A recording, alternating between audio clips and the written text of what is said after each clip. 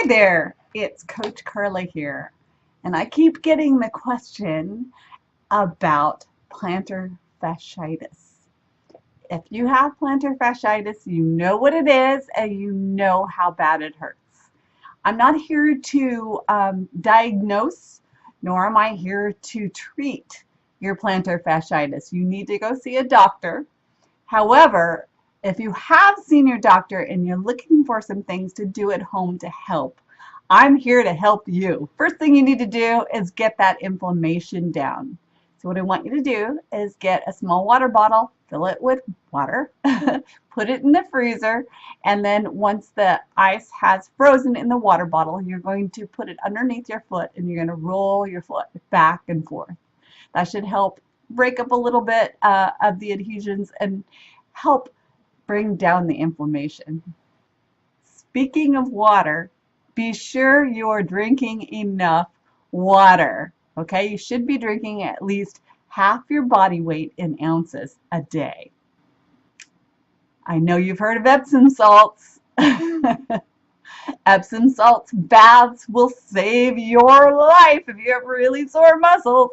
Well, guess what? You can soak your feet in Epsom salts every single day without taking a bath. Okay, let's talk about posture. First thing I want you to do is think about how you're sitting and looking at this video. Are you doing this? We're going to start with the head, all right? So you want to bring your head up, and you want to make sure that as I turn to the side, I'm going to show you. You want to make sure that the middle of your head, if there was a string there right in the middle of your head, it would be going straight up through the top, the middle part of your scalp. And if I turn like this, you can see that my ear is in line with the middle of my deltoid. And then as I go down, I want to make sure that my body is in line. I don't have a little tilt in my back like a duck. And my feet, I want to spread my toes. I'm going to roll my foot outwards towards the blade of the foot. And then one thing you can do is we can do some posterior tibialis activation. So with your toes all spread and your foot rolled just slightly to the blade of your foot, you're going to put a little pen next to your big toe. Pretend this is my big toe. You're going to put it next to your big toe so that you have some tactile reference of where your big toe is hitting. Because you're not trying to walk on the sides of your foot. You're just trying to make sure that you don't let your knees tilt in. Okay? That's how you make sure you have perfect posture.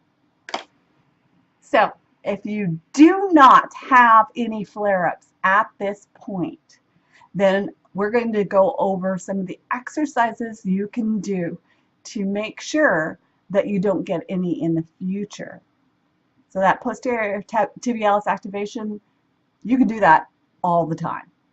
Next, we're going to start trying to have you walk barefoot a little more often. In many studies, third world countries never have flare-ups of plantar fasciitis. They're always barefoot. Their feet are a lot stronger than our feet are. So the first thing I want you to do is, if you're exercising, be absolutely certain you're exercising on a soft surface. No concrete, guys.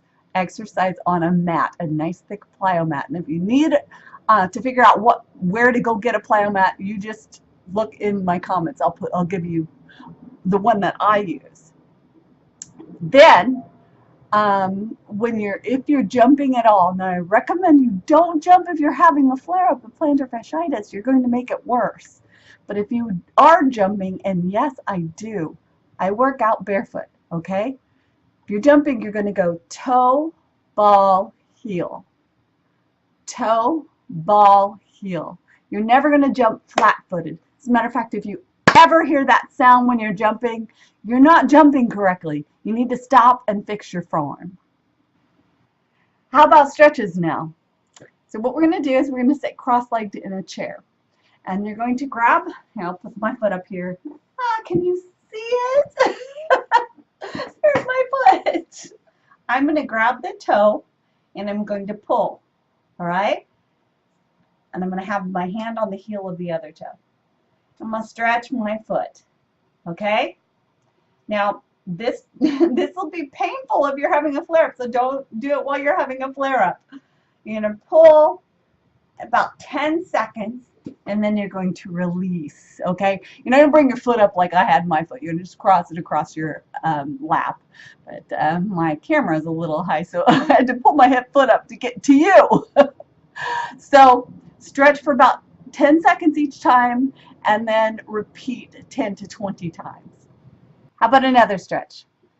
With your leg, with you sitting in a chair, you're going to put a towel around the toes of your foot. And with a straight leg, you're going to stretch the toes. And I'll pretend we have a towel. I'm going to stretch the toes up.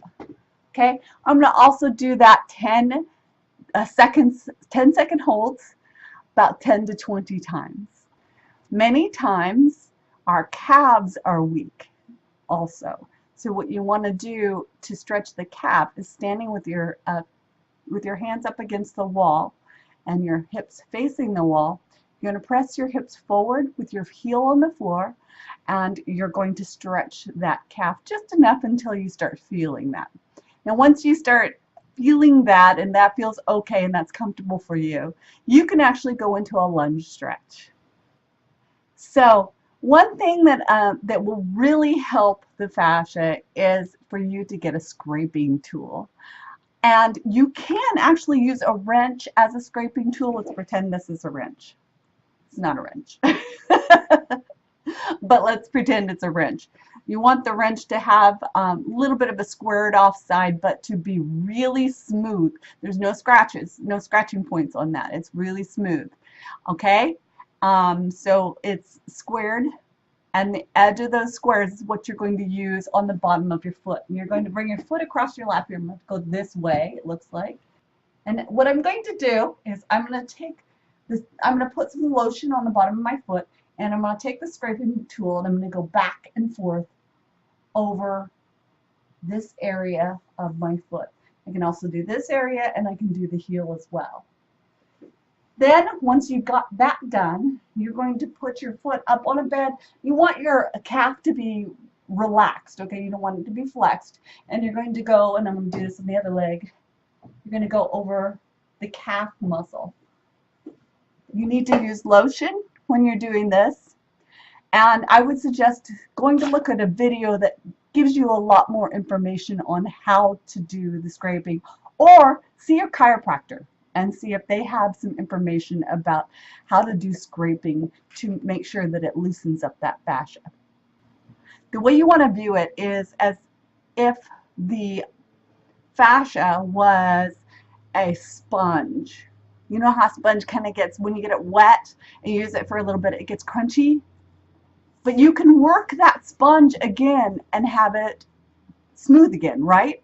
So we want to get the fluids running through that area. We want to break up any adhesions in there. And what you want to do is go a little, with a little bit more pressure while you're scraping over time. Once you're starting to really feel pretty good about how your feet are feeling, I want you to start using your feet to do things. You can place a towel on the floor, maybe the same towel that you were using to stretch your ankle with or stretch your foot with. Put it on the floor and pick it up with your toes. Pick it up with your toes. And then when your feet are stronger, you can put a weight on top of the towel and try to pull the towel out from underneath the weight. A really fun, silly thing that I like to do with my daughter is when we're out in the backyard in our fire pit, there are all these little rocks out there, and I like to pick up the rocks with my toes and throw them at her. It's super important for you to start gaining some more strength in your feet and in the area of your calf and your the front of your leg. It's called the tibialis anterior. We want to make sure that those areas are stronger and help support your body weight. Speaking of body weight, your nutrition is super important here. So let's talk about that for a second.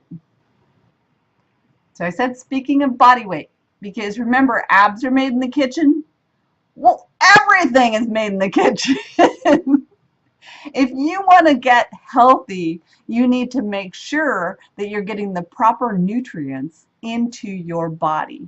Specifically for things like plantar fasciitis, you want enough magnesium in your body, enough pantothenic acid, vitamin B5, and enough omega-3s.